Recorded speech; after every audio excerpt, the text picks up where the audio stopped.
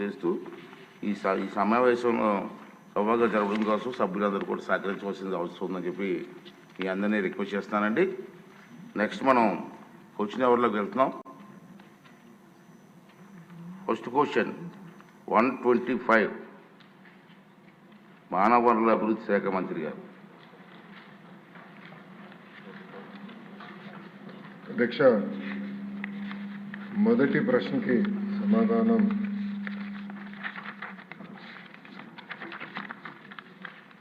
మొదటి విడత కింద 15,713 పాఠశాలల్లో ఈ కార్యక్రమం చేపట్టడం జరిగింది. కానీ మొదటి విడత పూర్తి చేసడానికి ఇంకొక 880,39,00,000 రూపాయలు అవసరం ఉంది.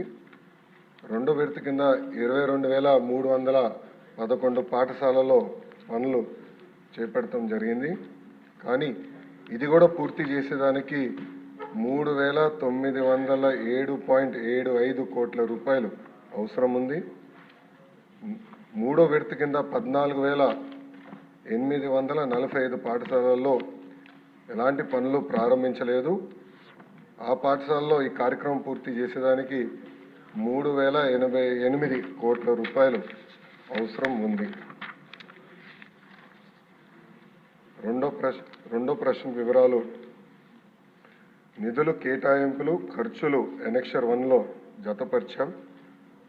మూడో ప్రశ్నకి సమాధానం, గత ప్రభుత్వం 900 కోట్ల రూపాయలు పెండింగ్ బిల్స్ పెట్టడం జరిగింది. ఈ కార్యక్రమం పూర్తి చేసడానికి 7,877 కోట్ల రూపాయలు అవసరం ఉంది.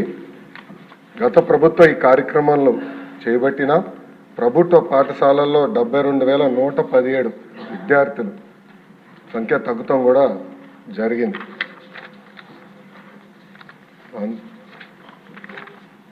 డి ప్రశ్నకు అధ్యక్ష, శ్రీ వి వెంకటరామరెడ్డి గారు అడ్వకేటు 27/11/2023లో ఒక పిటిషన్ వేస్తాం జరిగింది. ఆ పిటిషన్కి సంబంధించిన ప్రాథమిక దర్యాప్తు రిపోర్ట్ MDAPEWIDCకి వస్తాం జరిగింది.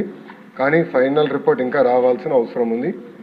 ఈ ప్రశ్నకి సమాధానం, ఫైనల్ రిపోర్ట్ వచ్చిన తర్వాత యాక్షన్ తీసుకుంటాం అధ్యక్ష. శ్రావణ్ కుమార్.